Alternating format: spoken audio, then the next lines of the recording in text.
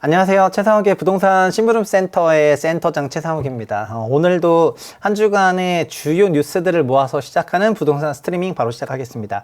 그리고 스트리밍 들어가기 전에 제가 일요일 기준으로 구독자 15만 명을 달성을 했습니다. 15만 명 지금 보고 있나? 일단은 구독해줘서 너무 감사드리고요. 그리고 앞으로도 저희 채널은 계속해서 양질의 컨텐츠 제공할 수 있도록 노력을 하겠습니다.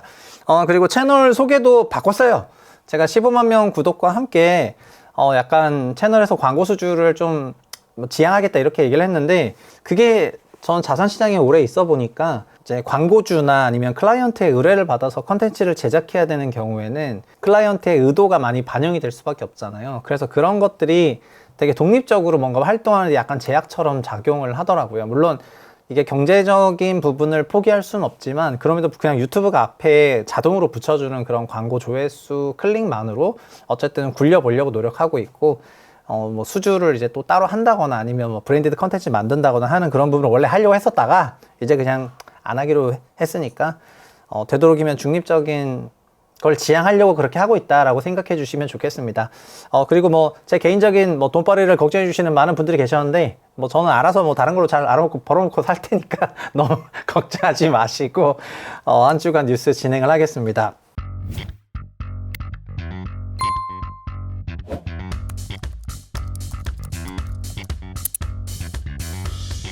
일단 이번 주도 24년 시장에 대한 얘기랑 4분기 들어서 분위기가 되게 많이 달라진 부분 얘기가 많이 나오고 있거든요. 그래서 그런 얘기를 조금 진행을 해보겠습니다. 첫 번째, 24년 부동산 시장 관련해 가지고는 여러 연구기관들에서 그 시장 전망을 하고 있어요.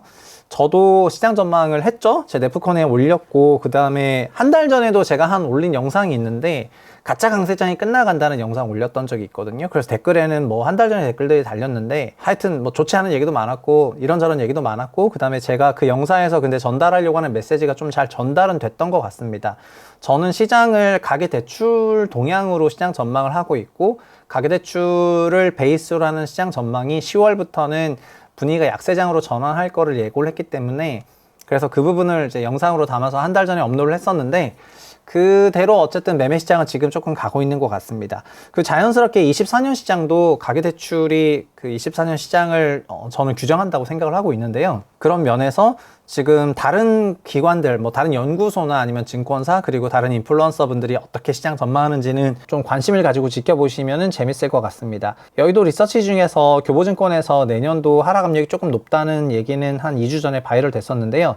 지난주에는 대한건설정책연구원, 그러니까 건정연, 그리고 건설산업연구원, 건산연, 이렇게 두 기관에서 레포트가 나왔거든요.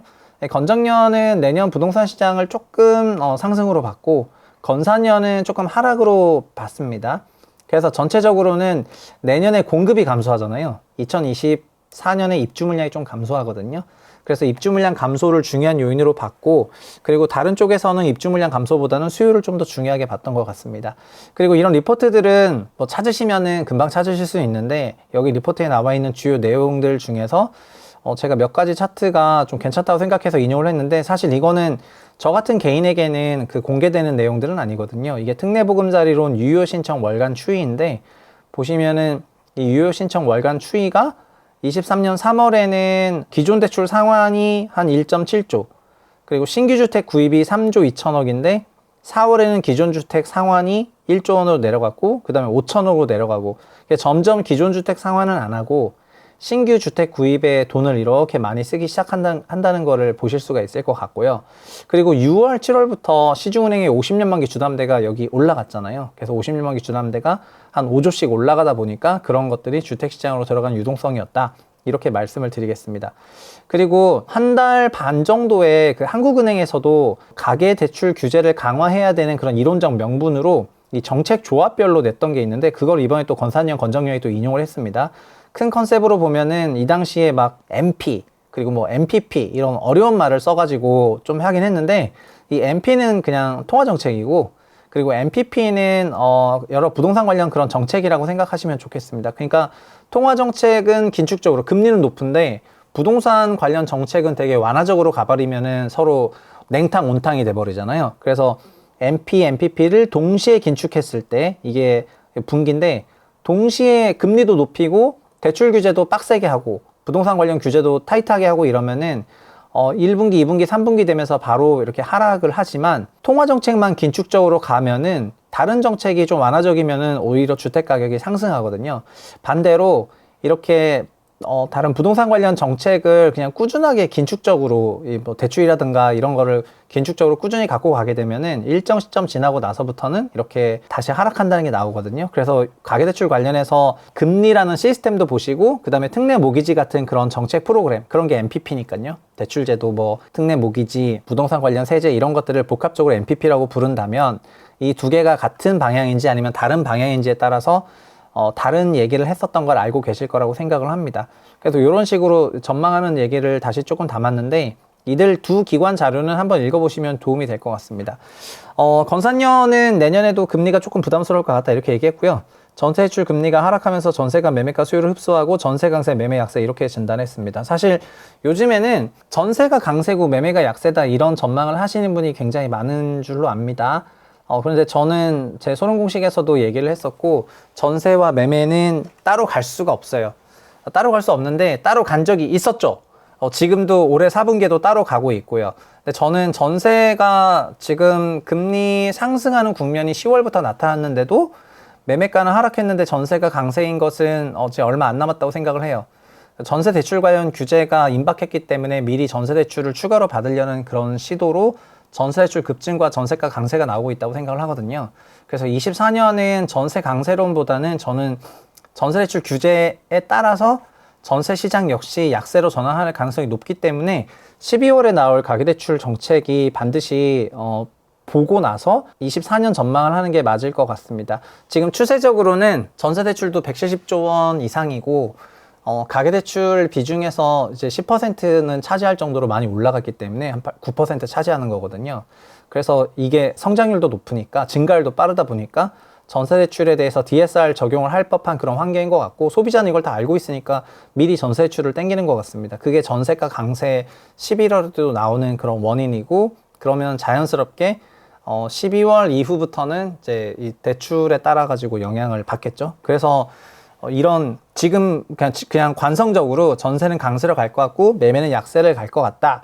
이런 전망이 일반적이지만 저는 여기에도 약간 다른 생각을 가지고 있다. 그렇게 말씀드리겠습니다. 그리고 두 번째는 시장이 좀 위축이 됐기 때문에 아파트 매물이 쌓였다 이런 얘기인데요. 연간 전망이 다소 엇갈리고 있긴 하지만 전체적으로 좀 공감대가 있는 거는 시장이 위축되어 있다는 겁니다.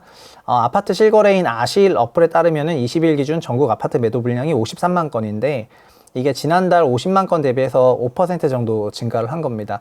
세종시는 전월비 8% 정도 증가했다고 하고 서울도 8만 건에 육박하는 매물이 적체가 되어 있습니다. 참고로 서울의 월 평균 거래 건수가 지금 3천 건대이기 때문에 8만 건 매물 적체는 적은 양은 아닙니다. 그리고 이런 적체 매물 수치가 2020년부터 집계를 했으니까 최고 기록이라고 하고 있고요. 주택을 처분하고 싶은 사람은 많은데 매수하고 싶은 사람은 적기 때문에 그런 걸 방증한다고 해석들을 하고 있는 것 같습니다.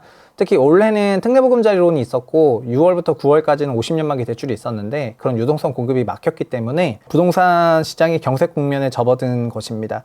사실 올해 주택가격이 상승할 때 사람들이 무슨 얘기를 했냐면은 공급 얘기를 했잖아요. 공급 부족이라고요. 그래서 제가 막 언더스탠딩 채널 나가가지고 공급 부족론 그거 이상하다 이렇게 한참 한 2달 전쯤에 논쟁하고 왔다는 거를 아마 제 채널을 보신 분들은 아실 거라고 생각이 됩니다. 공급 부족이 그러면은 7, 8, 9월에는 공급 부족이고 10, 11월, 12월에는 공급이 풍부했다가 갑자기 공급 부족으로 전환했냐? 그런 게 아니라는 거죠. 이 기간 동안에 올해 2분기, 3분기 기간에는 수요가 탄력적으로 증가를 했고 대출이 4분기에는 매우 탄력적으로 위축세인 거잖아요. 그래서 수요가 주택 가격을 결정하는 키라는 거를 항상 제 채부신 구독하시는 분들은 항상 머리에 두고 계셨으면 좋겠습니다. 부동산은 공급이 아무리 위세 좋게 등장한다 하더라도 그냥 과거 언제를 보더라도 항상 수요에 따라서 움직였거든요. 공급은 나중에는 큰 문제가 안 되기도 해요. 90년대에는 주택 공급이 너무 저조했고 이랬기 때문에 상당한 그런 영향이 있을 수밖에 없는 환경이었는데 지금은 우리나라의 주택이 2,200만 채 있고 서울에 400만 채 가까운 주택이 있고 아파트만 200만 채 가까운 주택이 있는데 200만 채 기준으로 만 세대가 입주하든 2만 세대가 입주하든 0.5%랑 1%이기 때문에 입주량 차이가 얼마 안 되거든요. 근데 2만 세대 입주하면은 공급이 충분하고 만 세대가 입주하면 공급이 태부족하다? 세상에 그런 게 어디 있습니까? 그거는 기존 주택들 시장이 200만 호인데 이 200만 호 매스마켓을 움직이는 논리가 따로 있다고 생각을 해야 되고요. 200만이 201만이 되는 거랑 202만이 되는 거랑 그게 뭔 상황이냐는 거예요. 그래서 주택 시장은 그냥 수요 따라간다 보시면 될 것 같고, 올해 4Q 시장 경색은 수요가 만들어낸 겁니다. 그러니까 지금 8만 건 이런 것들은 파는 타이밍을 놓친 거죠.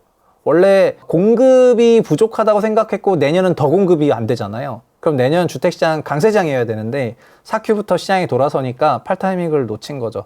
근데 만약에 팔고자 했었다면은 올해 충분히 팔 시간은 저는 있었다고 생각을 합니다. 그래서 그냥 공급 부족론에 너무 함몰되지 마시고, 공급 부족론에 함몰되면은 부동산이 그 논리상은 하락할 수가 없어요, 웬만하면은. 그래서 그냥 실제로 부동산 가격은 굉장히 위아래로 요동치기 때문에 너무 여기 꽂히지 말아달라.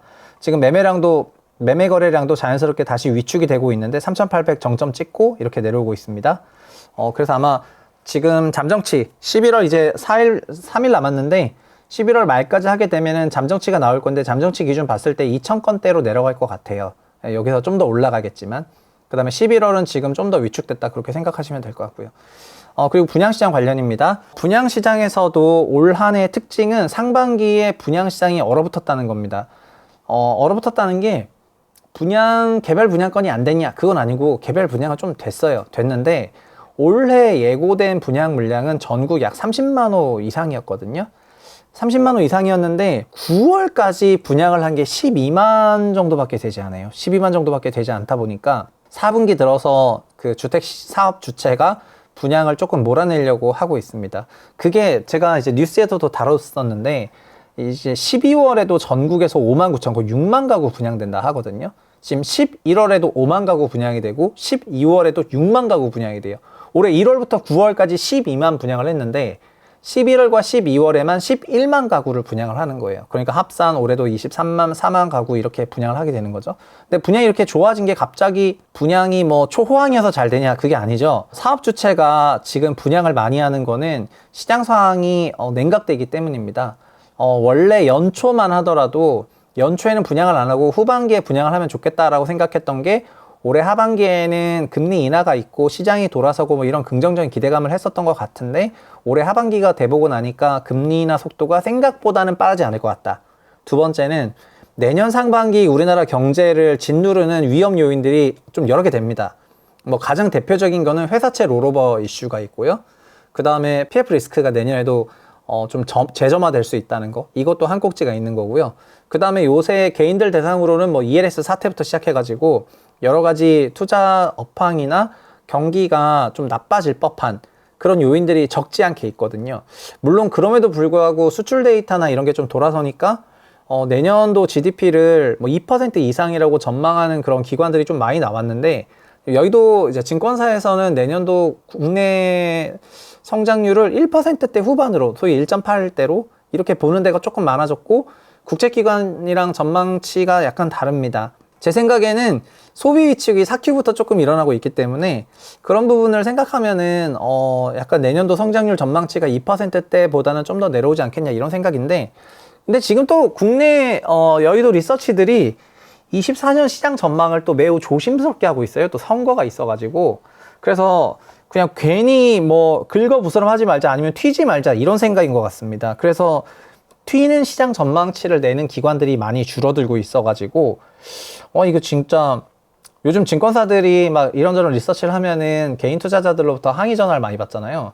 그러다 보니까 제가 생각할 때는 나중에는 궁극에는 국내 증권사 리서치들 다 유료화 되거나 다 폐쇄화 될 것 같거든요. 그러면 개인 투자자들은 투자 관련 정보 쉽게 찾기 어려울 것 같습니다. 그럼 자연스럽게 유튜버를 통해 가지고 투자 정보를 찾게 되는데, 이 유튜버들 요즘엔 요거를 뭐 핀테크처럼 핀플루언서라고 하던데, 인플루언서랑 파이낸스를 합쳐가지고 그런 건데요. 그 핀플루언서들이 영향력이 커져가지고 이쪽에 대해서 컴플라이언스 룰 준수하는 게 굉장히 중요해질 것 같습니다. 사실 우리나라에서 컴플라이언스 얘기하면은 컴플라이언스가 있다는 건 다들 알고 계시지만은 컴플라이언스 룰대로 실제 내가 활동한다는 거는 그거는 굉장히 노력이 필요한 거거든요. 뭔가 내가 그 법에서 정하거나 규정에서 정하고 있는 윤리 규정을 지키려고 노력한다는 것은 그거는 엄청난 일이에요. 근데 어쨌든 여의도에 계신 분들은 그 컴플라이언스 룰을 지키기 위해서 노력을 합니다. 왜냐하면 그렇게 하지 않으면은 법에서 처벌을 받을 수 있도록 제도화 해놨기 때문이죠. 그러니까 어쨌든 좋든 싫든 무섭든 뭐 하든 그거를 지켜야지 돼요.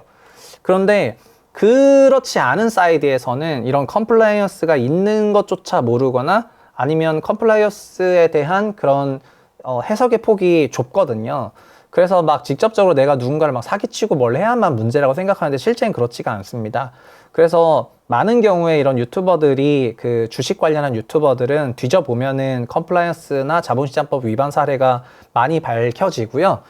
법에서 이제 근거를 못 찾아서 처벌을 못하는 경우가 있더라도 그럼에도 불구하고 다른 기준으로 적용했을 때는 문제가 되는 케이스들이 진짜 적진 않거든요. 하여튼 제가 이런 말씀 드리는 이유가 국내 경기에 대한 어떤 전망들이 지금 좀 많이 줄어들었어요. 그래서 오히려 더 다들 미국 경기만 전망을 하고 계셔가지고 한국 경기 전망을 좀 잘 안 하고 있다. 그렇게 말씀드리겠습니다. 다만 제가 봤을 때 현재 한은에서 전망하고 있는 2%치 성장률이라든가 이런 수치보다는 조금 내려갈 만한 구석지가 있지 않겠느냐 이렇게 생각하고 그 생각을 저만 하는 게 아니라 주택 공급하는 사업 주체들이 하고 있기 때문에 이런 주택 공급하는 사업 주체들이 11월, 12월에 일단 쏟아내고 내년 상반기는 피하려고 한다. 이런 말씀 드리겠고요. 그게 시장 낙관이 아니라 비관으로 인한 그런 공급 확대다라고 하겠습니다. 그러면 11월과 12월에 5만 호, 6만 호가 공급됐을 때 미분양이 얼마나 될지는 지켜보면 될 것 같고요.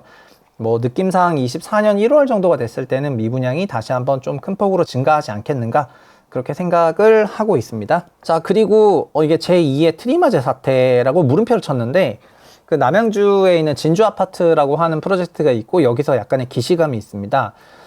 최근에 주택시장이 경색이 되면서 크게 나오고 있는 거가 뭐냐면은 시공사하고 조합 간의 공사비 갈등입니다. 이거는 검색을 하면은 이런 이슈는 엄청나게 많이 나오거든요. 남양주에 진주 아파트라는 재건축 사업이 있습니다. 근데 여기도 좀 알아보니까 어지럽더라고요. 요즘 이렇게 어지러운 사이트들 많습니다. 일단 2009년 두산건설 시공사로 선정해서 시작을 했는데 이제 글로벌 금융위기가 왔죠. 이런 사이트가 많죠. 저희 올해 분양했던 대우건설 푸르지오 클라베뉴 그 동작구에 분양했던 사업도 이런 거였고요. PF 대출 어려움을 겪으면서 12년 5월에 시공사 계약이 해지가 됐습니다. 그러니까 먼저 하락을 했는데 금융위기 때문에 진행이 안 돼서 시공사 계약 해지됐는데 15년에 서희건설이 재시공사로 선정돼서 이 서희건설이랑 잘 진행을 하고 있었어요. 그런데 19년에 건설 현장 이주가 다 끝나가지고 공사를 하고 있었는데 이 공사비 110억 정도를 증액 요구를 하게 되거든요. 그래서 조합이 공사비 증액에 대해서 반발해가지고 20년 2월에 시공계약 해지를 통보하고 새로운 시공사를 컨소시엄을 1순위로 선정해서 진행을 하고 있었는데 서희에서는 그 일방적인 통보로 시공사 계약 해지는 안 된다고 하면서 조합이랑 법적 공방을 하게 되고요. 그리고 결국 서희가 이기게 됩니다. 그래서 서희건설이 시공사 지위를 유지하게 되죠. 이게 어색한 사업적 동거가 시작이 된 겁니다. 근데 사실 건설사가 지는 경우도 있고 이기는 경우도 있는데 이 조합 회의와 관련해 가지고 이제 이 실질적인 거는 그 개별 조합들이 알고 있겠지만 이런 일들이 정말 17년에서 20년에는 비일비재하게 일어났어요. 여기 서울 반포에서도 엄청난 일들이 일어났는데 반포 1, 2, 4 말고 반포 3주구라는 단지가 있었는데 거기 원래 사이트는 현대산업개발이었거든요. 근데 거기 조합이 현상개발을 시공사 선정 해지를 하고 삼성물산과 재계약을 해요. 그래서 현대산업개발이 소송을 하게 되죠. 그래서 물어주게 됐습니다. 160몇억 원을. 왜냐하면은 그 조합 선정 총회에 관련하는 과정에서 이제 소위 적법하지 않은 그런 절차가 있다고 결론이 난 것 같습니다. 그것뿐만 아니라 많은 단지들이 시공사를 좀 바꾸게 되거든요. 당시 국내 주택 재건축 조합들의 전반적인 컨센서스는 메이저 건설사들을 쓰는 게 주택가격 올라가는 데 도움이 된다고 생각했기 때문에 이런 트렌드가 있었어가지고 당시 뭐 롯데건설도 잘리고 현대산업개발 그러니까 그때는 광주 화정동 아이파크가 붕괴되기 전이어서 브랜드 이미지가 괜찮았었는데 현대산업개발조차도 그냥 시공사 선정 해지를 할 정도라면은 당시에 얼마나 그 탑 10 시공사에 대한 열망이 있었는지를 알 수 있을 것 같은데 어쨌든 이때 시공사 계약 해지와 관련해서 중대한 사유가 있다고 생각해서 서희가 소송을 하게 되는데 결국 시공사 지위를 유지하게 돼버렸으니까 결국 2015년에 선정되고 나서 공사비 증액하고 20년에 해지되려고 했는데 다시 시공사가 됐으니까 이제 조합과 서희가 같이 가야 되는 거죠. 근데 조합원들은 서희건설이랑 다시 사업을 진행을 해야지 맞다 아니면은 우리는 원래 해지하기로 했었으니까 새로운 시공사를 둬야 될지 맞다 해서 자연스럽게 비대위가 나온 것 같고요. 조합의 적은 사실 조합에 있습니다. 그래서 이 경과가 모 네이버 블로그에 정리가 잘 돼 있던데, 이렇게 쭉 보시면은 19년에 공사비 증액이 있었고, 시공사 해지가 있었고, 해지 무효 소송이 있었고요. 그 다음에 20년 시공사 우선협상에 대우포스코 두산 컨소시엄이 있었는데, 서희에서 시공사 계약 해지 무효 소송을 걸었죠. 그래서 인정받아서 G회복이 된 거예요. 그리고 올해 또 공사비 증액이 또 있나 봐요. 올해 왜냐면 20년과 23년 사이에는 22년에 있었던 러시아 우크라이나 전쟁과 공사비 상승이 있었으니까 20년부터 23년까지 공사비가 1.4배 올랐거든요. 그러니까 이런 공사비 증액이 있었습니다. 그리고 올해 5월에 조합에서 받은 대출 브릿지론 연장 불가, 이런 통보가 있었습니다. 근데 이게 보시면은 공사비가 올랐으니까 계속 달라고 하는데, 조합을 대신해서 지불하고 있던 그 브릿지론 이자 지급도 중단을 하게 됩니다, 서희가. 그러니까 이제 돈줄이 조합이 막히게 되니까 브릿지론 대출 연장을 사용할 수가 없고, 서희가 조합을 상대로 이제 가압류를 하고 이런 과정이 있는 것 같습니다. 근데 요거는 사실 올해 초 둔촌주공 사태를 떠올리게 하는데, 이거 둔촌주공 사태 기사를 한번 잠깐 클릭해서 보면은요, 올해 둔촌주공 사태가 올해 어마어마했잖아요. 작년에 엄청났었는데, 이게 작년 보시면은 이게 제2의 트리마제 된다, 이런 얘기가 있었거든요. 뭔 얘기냐면은 코어는 이런 겁니다. 서울 강동구 둔촌중 둔촌주공 사업을 두고 조합과 시공사업단이 대치를 이어가고 있다.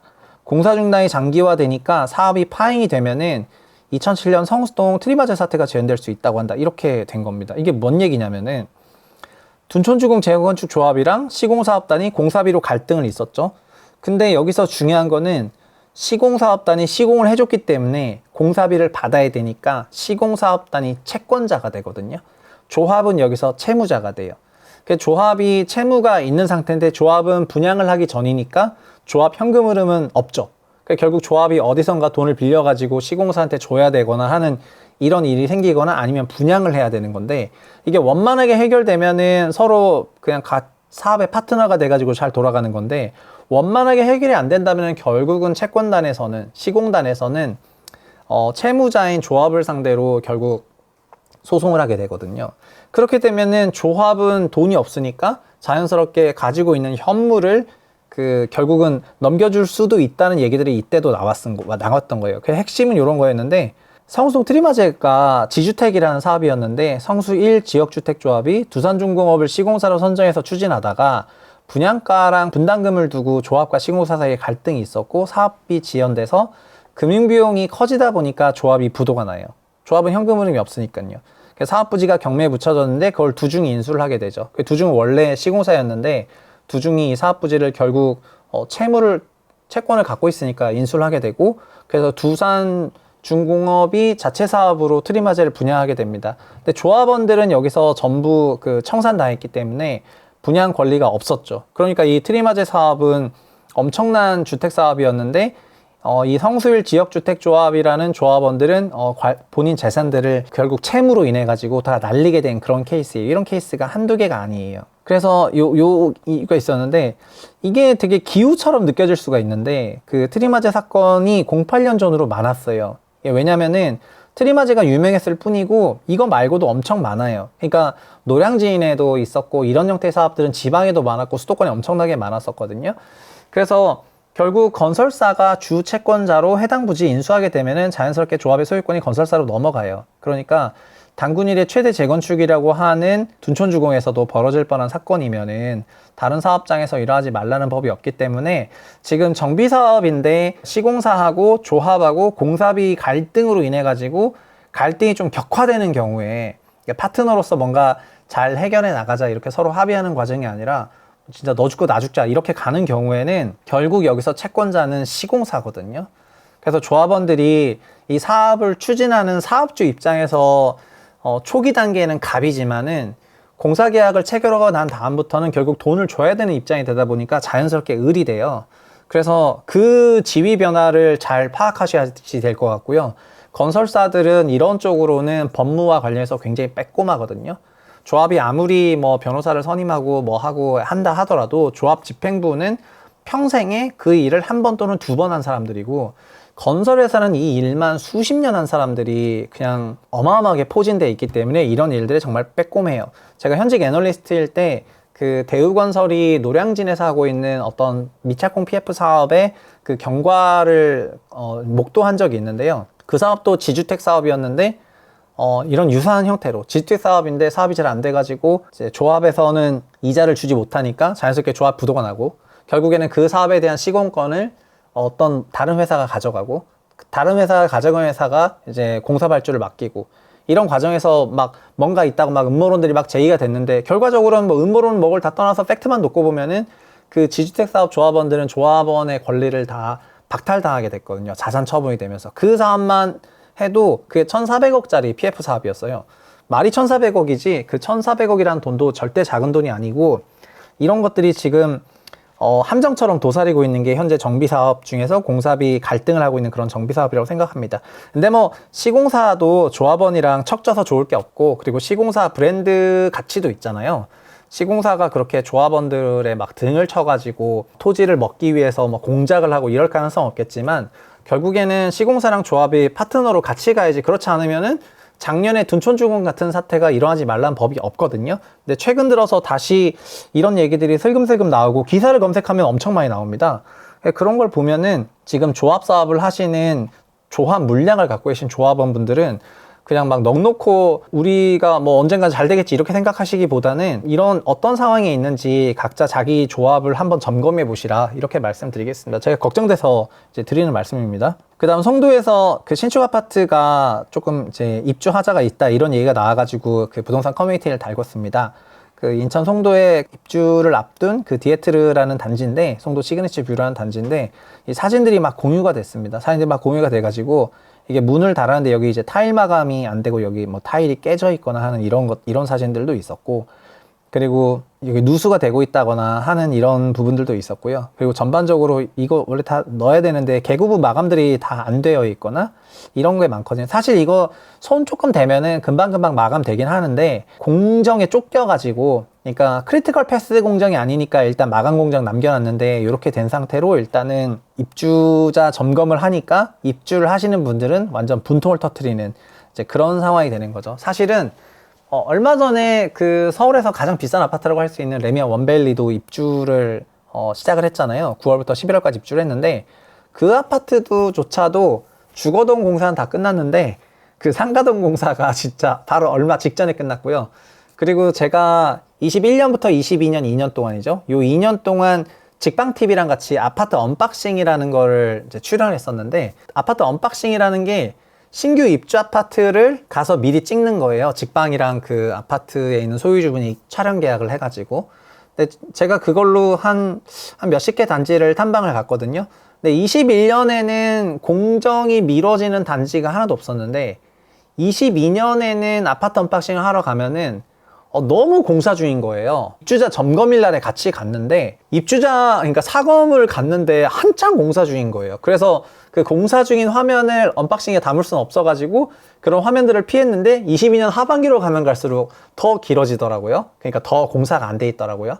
그래서 우리가 가는 단지는, 전 서울에 거주했기 때문에 수도권 단지만 할애돼서 갔는데, 진짜 지방이라든가 아니면 좀 외곽 같은 데는 공사 자재를 못 구해가지고 공사가 진짜 지연이 되더라고요. 근데 이런 게 지금 23년이니까 23년에 후폭풍으로 이제 계속 와서 공사 지연들이 좀 계속 나타나는 것 같고요. 이거는 진짜 뭐 방법이 없습니다. 지금 공사 기간을 너무 타이트하게 잡아놓진 않았었지만 22년에 어떤 병목 현상이 있었기 때문에 이런 문제들이 많이 발생을 한 거고, 결국 시간이 지나고 나면은 여러 하자들은 다 잡히는데, 그 날짜를 딱 정해져 있으니까 그 날짜를 잘 못 맞추면은 건설사들도 뭐 이제 여러 가지 계약상 불이익을 받게 되는 거잖아요.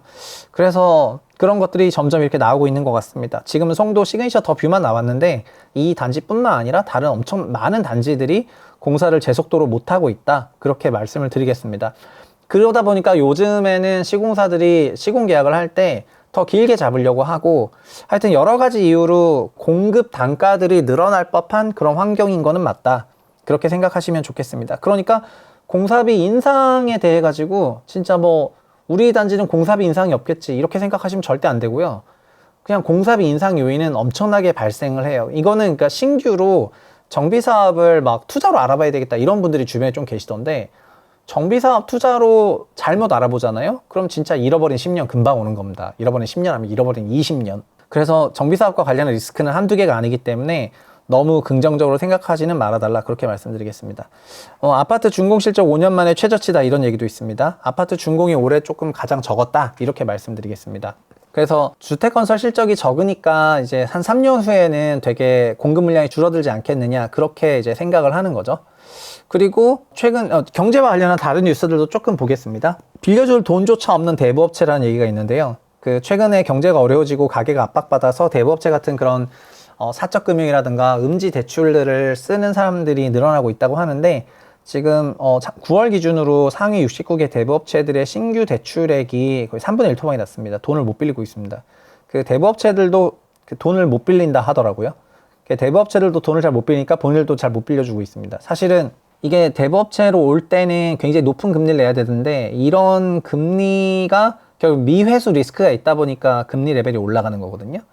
근데 그런 거를 반영했을 때 수지 타산에 안 맞아가지고 이런 영업을 잘 못하고 있는 그런 상황이라고 합니다. 그러니까 저축은행이나 이런 데도 마찬가지인데, 중금리 이상의 신용대출이 감소를 했어요. 중금리 이상 신용대출이 전년이랑 비교했을 때 굉장히 감소하고 있다, 이렇게 보시면 될 것 같고요. 물론 중금리 신용대출을 하라고 인터넷 은행들을 키웠는데, 인터넷 은행들은 중금리 신용대출을 하라는 건 안 하고 그냥 고신용자들에게 대출을 열어주면서 지금 수탁고를 늘리고 있죠. 그런 걸 하고 있습니다. 그래서 원래 하라는 목적대로 안 하고 엄한 걸 하고 있는 그런 상황이긴 한데, 지금 여튼 드리고 싶은 얘기는 금융기관에서 돈을 빌리는 사람이 생각보다 많지 않다, 이렇게 말씀을 드리겠습니다. 그 다중채무자, 그러니까 최근 들어서 적다는 거고, 대출 누적액은 되게 많죠. 다중채무자 대출 누적액은 많다, 그렇게 말씀드리겠습니다.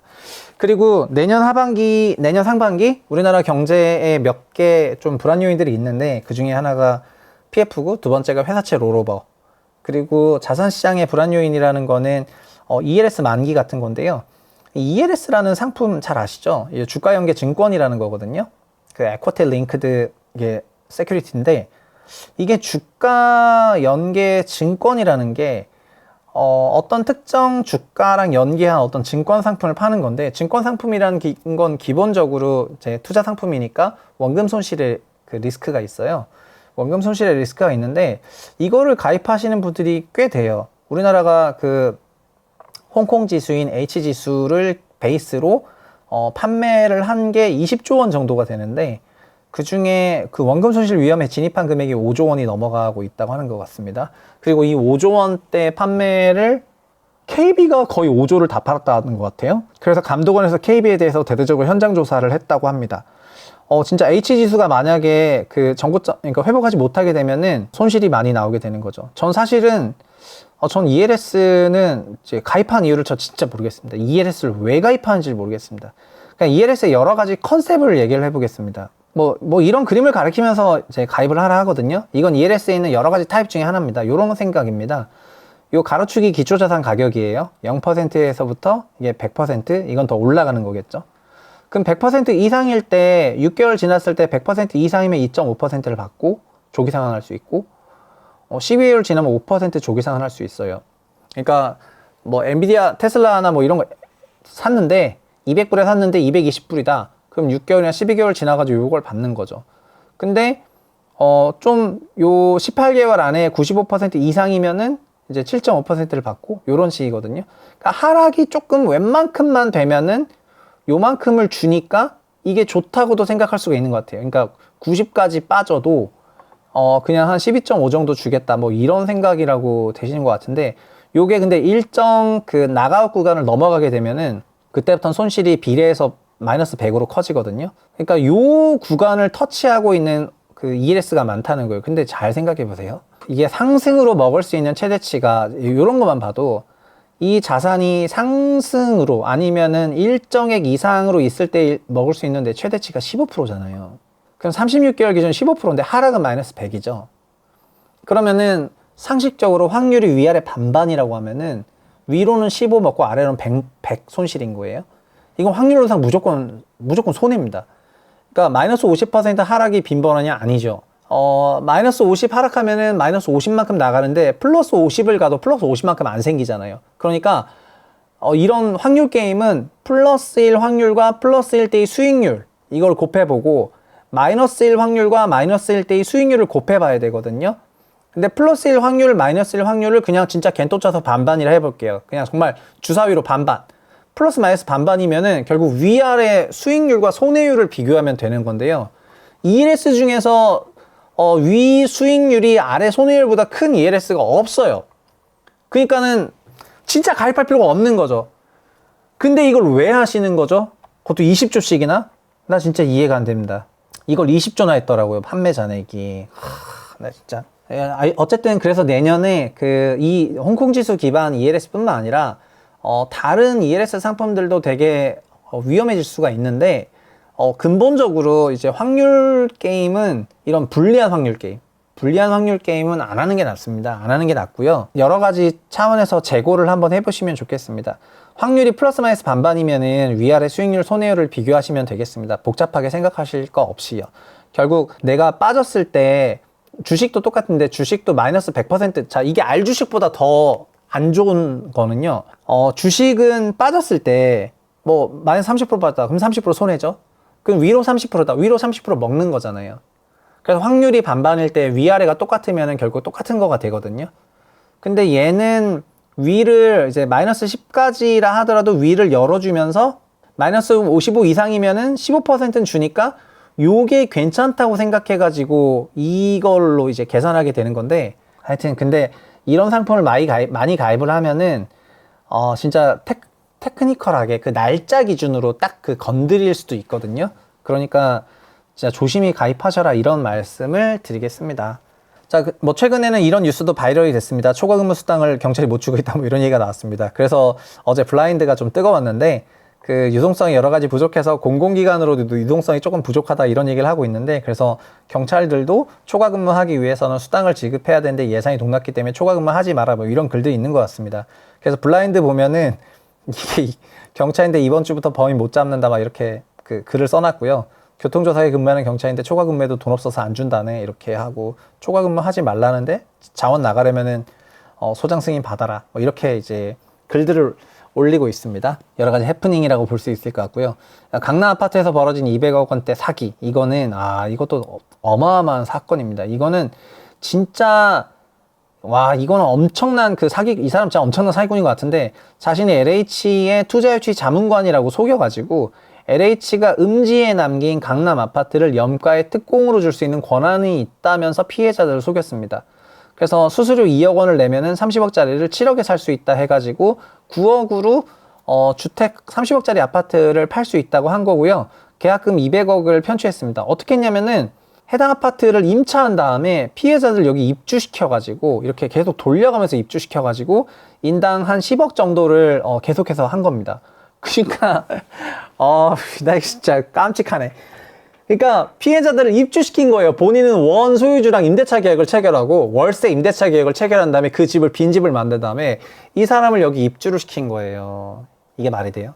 그래서 원 임대차 계약이 만기가 돼가지고 이 사람한테 청구하려고 하다 보니까 그 집에 살고 있는 사람은 다른 사람이었고, 이러면서 이제 사기 행각이 드러나게 된 것 같습니다. 근데 그 금액이 무려 200억이라는 거예요. 200억이고 한 20명이 지금 여기에 피해를 입었다, 이렇게 한다는 거죠. 그리고 이미 초범도 아닌데다가 여러 차례 신분증을 위조했대요. 세상에, 진짜 저는 완전 깜짝 놀라고, 심지어 방송도 나왔다고 합니다. 방송에도 나와가지고 하여튼 어마어마한 것 같고요. 그리고 지난주에 있었던 가장 큰 뉴스는 청약통장 새로 나오는 겁니다. 청년용. 일단 청년 내 집 마련 1, 2, 3 주거지원 프로그램을 발표를 했고요. 청년 주택 드림 청약통장이라는 이름이 되겠습니다. 원래 청년 우대형이 있었는데 우대형을 개편해가지고 주택 드림으로 바꿨고요. 이게 소득 요건을 완화했고 납입 한도가 월에 100만 원으로 늘어났습니다. 그러니까 청년들 중에서 34세 이하 중에서 진짜 월에 100만 원씩 내는 사람이 기본적으로 고소득이겠죠. 근데 이렇게 하면은 이 통장을 가지고 1000만 원이 넘어가면, 그러니까 10개월이 지나고 나면은 그 청년 주택 드림 대출이라는 게 나오게 되거든요. 그래서 이거는, 이 통장은 내년 2월에 나오니까 요 대출은 내년 12월부터 나오고 실제 집행은 25년 1월입니다. 그래서 25년부터 아마도 분양가 6억 이하, 전용면적 85제곱미터 이하 아파트에 대해서 요 분양가의 80%까지 연간 2%로 대출해 주는 거거든요. 그러니까 3기 신도시 공급하는 게 청년 주택 드림 통장에 가입한 사람들이 이제 주택 하겠다 약간 요렇게 되겠다는 건데 상당한 혜택이죠. 근데 청년들을 대상으로 계속해서 뭔가 이런 미끼 상품을 내놓은 건데요. 서울보다는 공공 신도시, 3기 신도시라든가 아니면은 지방 분양에서 이런 통장들을 쓸 수 있다 이렇게 생각을 하는 것 같습니다. 근데 이게 시장에서 잘 판매되지 않은 비인기 잉여주택을 청년들한테 뭐 또 함께 하는 거냐 뭐 이런 볼멘 소리도 많다 이렇게 말씀을 드리고 싶고요. 그리고 실질적으로 드림 대출은 내년 1월부터 그러니까 23 1월도 아니지 25년 1월부터 나거든요. 그래서 25년 1월부터 하는 정책을 올해 발표해가지고 1년 동안 이제 개발하겠다는 건가 그래가지고 저도 이거를 대책을 읽다가 하여튼 뭐 여러 가지 의미에서 조소가 났는데 뭐 그런 상황입니다. 어쨌든 이번 한 주 부동산 시장과 관련해서는 여전히 그 시장 전망과 관련한 얘기가 많았는데 제가 이번 주 토요일이죠. 이번 주 말에 24년 부동산 전망이랑 전략 세미나를 하고 있습니다. 그래서 이게 아마도 어떻게 보면은 뭐 마지막 세미나가 아닐까 이렇게 개인적으로 생각을 하고 있습니다. 이거는 이제 하겠다고 그 공고를 했고 진행을 하고 있어가지고 그래서 진행을 하고 있는 거다 이렇게 말씀드리겠고요. 링크 남겨놓을 테니까 참고하시면 좋겠습니다. 24년 부동산 시장은 어쨌든 시장에 대한 뷰는 벌써 제 명징하게 섰습니다. 근데 그 시장에 대한 뷰대로 내가 어떻게 전략을 세워야 될까 이런 것들이 조금 저도 지금 고민 포인트긴 한데 그런 거에 대한 제 해답을 조금 말씀을 드리려고 하고요. 그리고 앞으로도 네프콘이랑 뭐 유튜브를 통해서 계속해서 좋은 컨텐츠 업로드를 할 테니까 계속 이제 응원해 주시면 감사하겠습니다. 오늘도 스트리밍 같이 들으시느라 수고하셨고요. 한 주간 좋은 일만 있길 바라겠습니다. 감사합니다.